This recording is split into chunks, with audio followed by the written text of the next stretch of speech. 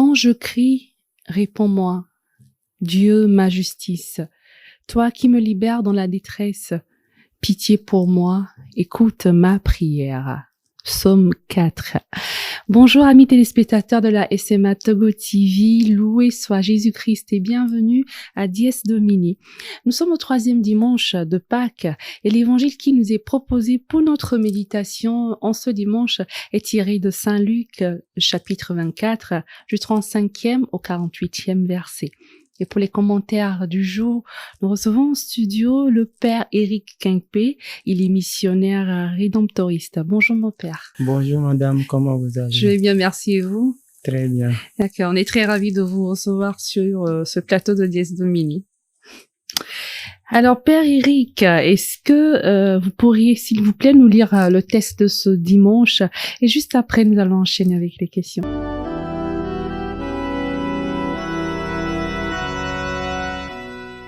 Évangile de Jésus-Christ selon Saint Luc. En ce temps-là, les disciples qui rentraient d'Emmaüs racontaient aux 11 apôtres et à leurs compagnons ce qui s'était passé sur la route et comment le Seigneur s'était fait reconnaître par eux à la fraction du pain. Comme il en parlait encore, lui-même fut présent au milieu d'eux et leur dit, « La paix soit avec vous. » Saisis de frayeur et de crainte, ils croyaient voir un esprit. Jésus leur dit, « Pourquoi êtes-vous bouleversés? Et pourquoi ces pensées qui surgissent dans votre cœur? Voyez mes mains et mes pieds, c'est bien moi. Touchez-moi, regardez. Un esprit n'a pas de chair ni d'os. Vous constatez que j'en ai. Après cette parole, il leur montra ses pieds et ses mains et ses pieds. Dans leur joie, ils n'osaient pas encore y croire. Ils restaient saisis d'étonnement. Jésus leur dit, « Avez-vous ici quelque chose à manger? » Ils lui présentèrent une part de poisson grillé qu'il prit et mangea devant eux. Puis il leur déclara, « Voici les paroles que je vous ai dites quand j'étais encore avec vous. Il faut que s'accomplisse tout ce qui a été écrit à mon sujet dans la loi de Moïse, les prophètes et les psaumes. » Alors, il ouvrit leur intelligence à la compréhension des Écritures. Il leur dit, « Ainsi est-il écrit que le Christ souffrirait, qu'il ressusciterait d'entre les morts le 3e jour, et que la conversion serait proclamée en son nom pour le pardon des péchés à toutes les nations, en commençant par Jérusalem. À vous d'en être les témoins. » Acclamons la parole de Dieu. Louange à toi, Seigneur Jésus. Merci, Père Éric. Alors, mon Père, aujourd'hui, encore, je ne vais pas poser de questions sur le contexte historique de ce texte que vous venez de lire. On comprend que c'est le contexte de l'après-résurrection du Christ. D'accord. Alors, dans ce texte-là, on viendra après sur le contexte spirituel. Mais dans ce texte-là, on nous parle des disciples d'Emmaüs qui sont rentrés raconter aux autres disciples comment Jésus leur a apparu sur le chemin en allant à Emmaüs. Et le texte nous dit qu'au moment où ils en parlaient, Jésus apparut au milieu d'eux. Alors, je trouve qu'il y a quelque chose d'intriguant. Le texte nous dit, comme ils en parlaient encore, lui-même fut présent au milieu d'eux et leur dit, « La paix soit avec vous. » Saisis de frayeur et de crainte, ils croyaient voir un esprit. Alors mon père, c'est un peu incompréhensible que les disciples soient encore saisis de frayeur, parce que le maître leur est déjà apparu, je crois. Alors, si on prend le dimanche dernier, l'évangile que nous avons lu de Saint Jean, Jésus est apparu déjà 2 fois. On avait même Thomas qui n'était pas là et après qui était là et qui a mis ses mains dans les marques de Jésus. Alors aujourd'hui, on ne comprend pas pourquoi ils sont encore saisis de frayeur quand le Seigneur leur a apparu. Est-ce que vous pourriez nous éclairer, s'il vous plaît? Ou soit c'est dans les 2 évangiles, l'apparition de Jésus après que les disciples d'Emmaüs soient rentrés, c'était la première apparition, ou l'apparition avec Saint Thomas, c'était la première. Alors, on veut comprendre parce que pourquoi est-ce qu'ils sont encore saisis de frayeur, malgré qu'ils aient déjà vu le Christ ressuscité? Oui, merci beaucoup. Les disciples ont eu peur parce qu'ils se posaient la question, est-ce que c'est vraiment notre maître? Ou ce n'est pas quelqu'un d'autre qui est apparu à nous pour nous effrayer ou pour nous dire autre chose? Et le dimanche passé, le Seigneur a dit 3 fois, la paix soit avec vous. Nous avons parlé du dimanche passé, dimanche de la divine miséricorde. Le Seigneur nous montre toujours qu'il est vraiment ressuscité. Il donne cette preuve aux disciples. Et aujourd'hui encore, ils ont eu peur parce qu'ils se posaient la question, est-ce que c'est vraiment notre sauveur ou ce n'est pas quelqu'un d'autre qui est apparu à nous? Et vous allez voir que dans l'évangile, Jésus, pour leur montrer que c'est vraiment lui, il a dit, est-ce que vous avez quelque chose à manger? Ouais. Donc c'est pour tuer cette peur qui est en eux. C'est pour lui dire, c'est vraiment moi. Ce n'est pas quelqu'un d'autre. Ce n'est pas un esprit. L'esprit n'a pas de chair. Et si nous mettons à la place des disciples, parfois nous nous doutons. Je demande à Dieu, mais est-ce que c'est vraiment Dieu qui me répond ou c'est quelqu'un d'autre? Et si c'est vraiment Dieu, alors que le Seigneur me montre des signes pour prouver vraiment que c'est lui. Donc, les disciples avaient eu peur. C'est pour cela ils ne croyaient pas que c'est vraiment le Seigneur.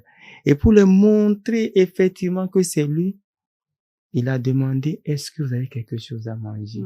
Je sais pas si... C'est très clair. Merci, mon père. Alors, justement, nous aussi, aujourd'hui, vous l'avez dit, il nous arrive de douter, de ne pas croire.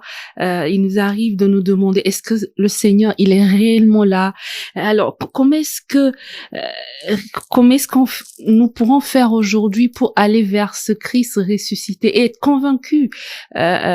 Aujourd'hui, on a ce témoignage des disciples, dans les évangiles, mais il nous arrive de toujours douter, malgré ce témoignage de sa résurrection. Alors, qu'est-ce qu'on peut faire nous aussi, à l'instar des disciples, pour ne pas avoir peur, ne pas être effrayé et être sûr de la présence du Seigneur dans notre vie? Oui, pour être sûr de la présence du Seigneur, nous devons reconnaître une seule chose. Si le Christ n'est pas ressuscité, vaine est notre foi. Et le Christ est ressuscité pour nous donner témoignage qu'il est vraiment fils de Dieu. Il a souffert à cause de nous et il est ressuscité à cause de nos péchés. Et nous témoignons cela. Mais en tant que chrétien, en tant que chrétienne, oui, ça nous arrive à douter de notre foi. Mais nous devons comprendre que si le Christ n'est pas ressuscité, vaine est notre foi. Mais si celui qui a souffert à cause de nous est vraiment ressuscité, qu'est-ce que je dois faire? Je dois mettre ma confiance en lui. Et la phrase phare de l'évangile, c'est l'accomplissement. Tout est accompli. Le Christ a accompli la mission que son Père lui a confiée. Et c'est dans l'accomplissement de cette mission qu'il nous demande en tant que chrétienne aujourd'hui, d'avoir confiance en lui. N'aie pas peur. Laisse-toi regarder par le Seigneur. Car c'est lui le chemin, la vérité et la vie, nous dit Jean 14, verset 6. Merci, mon père. Alors, le texte nous dit, alors, il ouvrit leur intelligence à la compréhension des Écritures.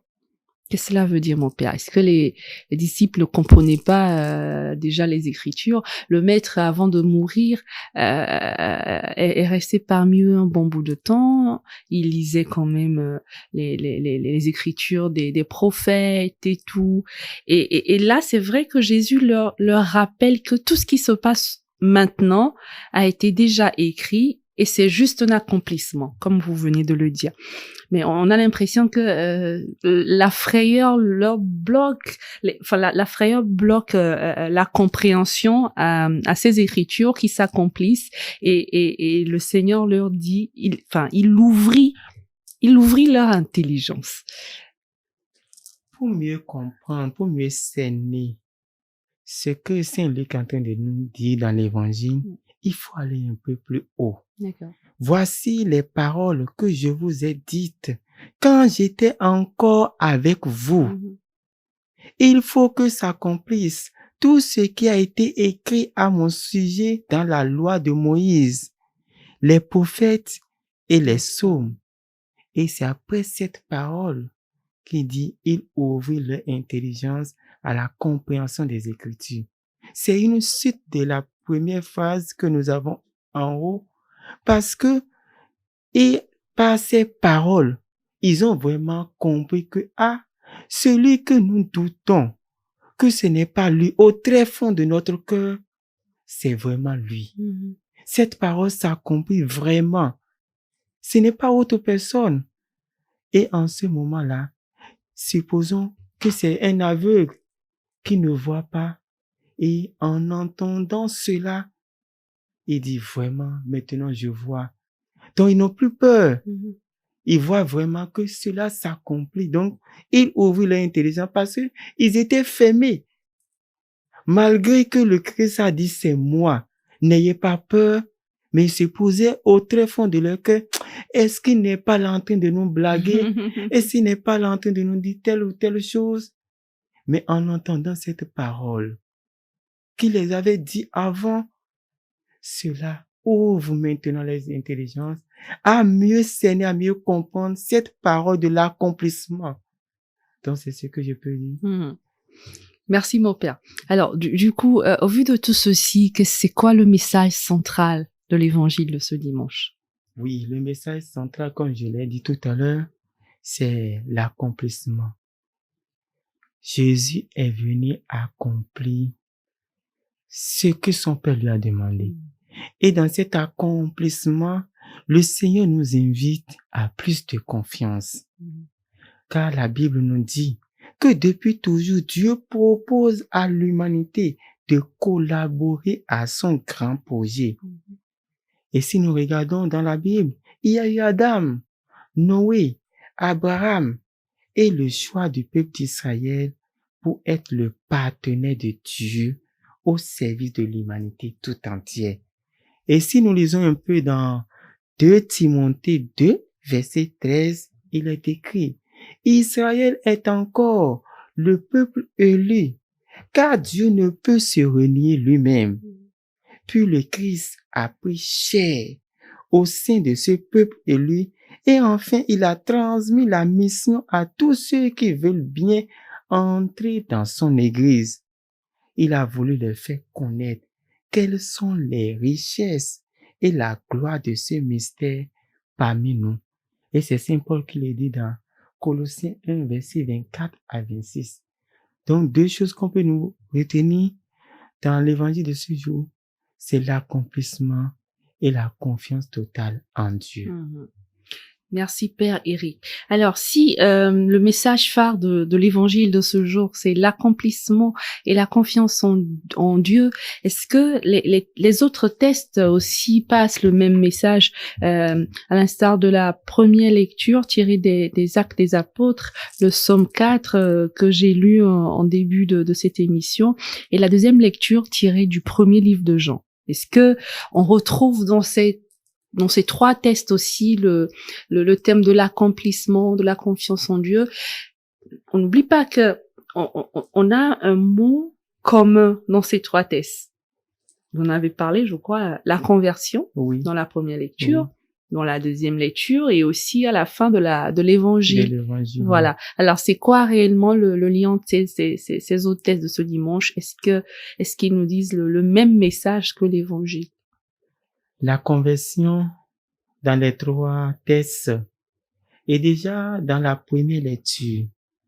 Le dernier verset de la première lecture dit: convertissez-vous donc et revenez à Dieu pour que vos péchés soient effacés. C'est le verset 19 qui dit ça. Convertissez-vous et revenez à Dieu.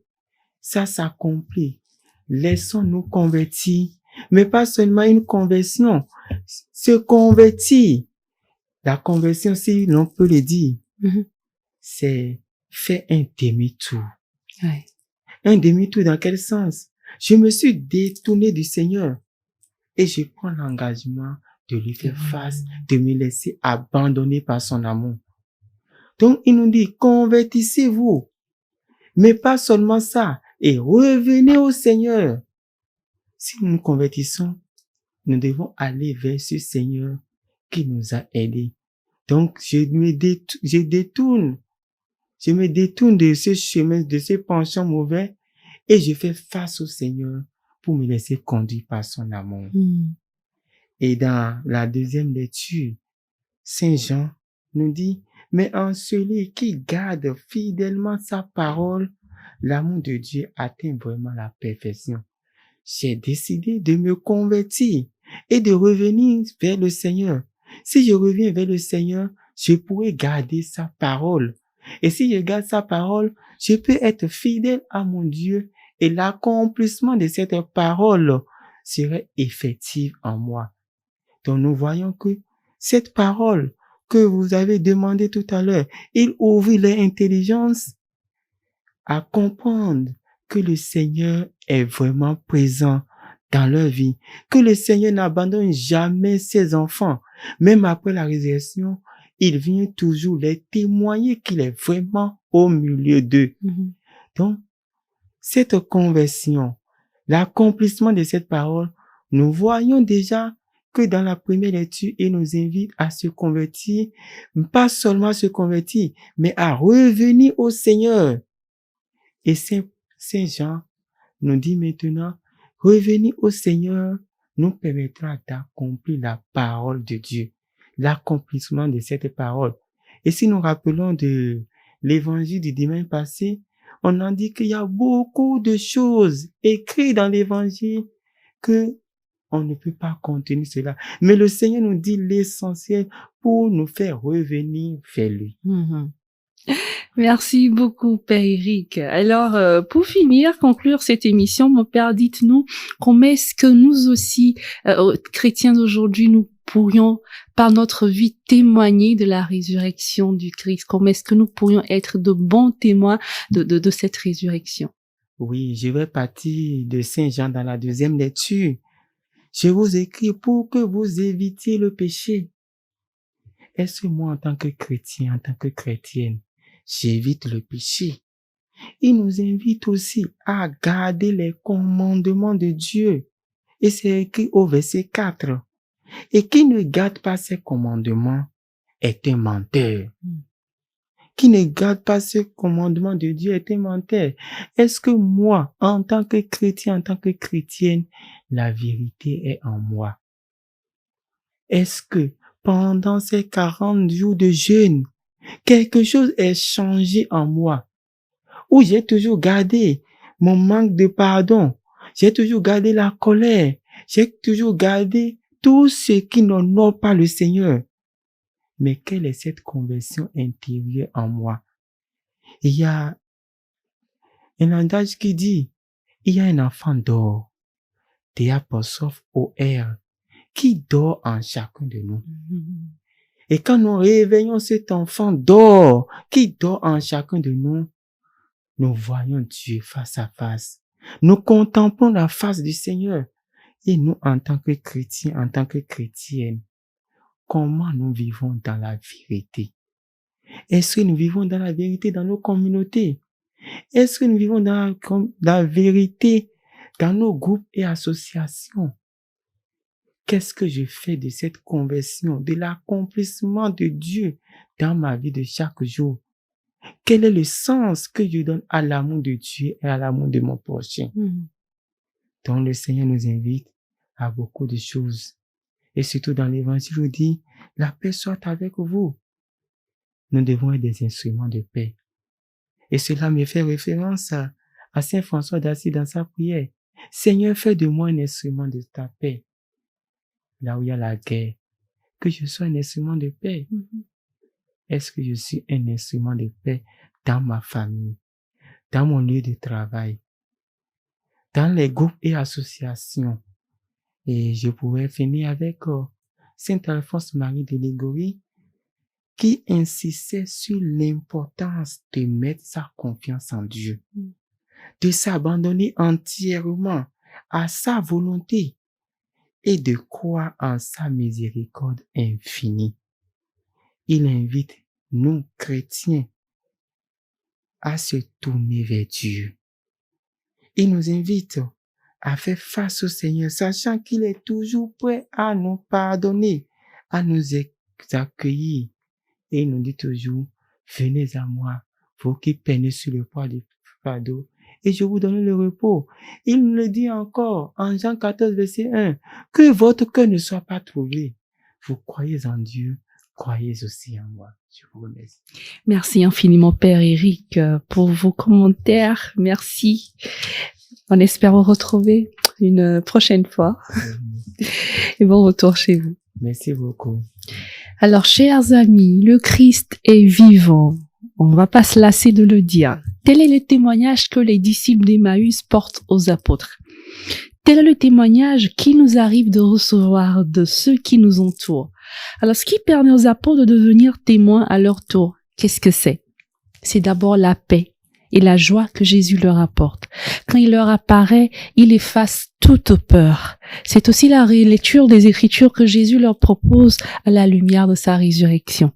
De même, nous est-il donné aussi d'être des témoins partout où nous irons, partout où nous sommes, de témoigner du Christ ressuscité. Merci de nous avoir suivis.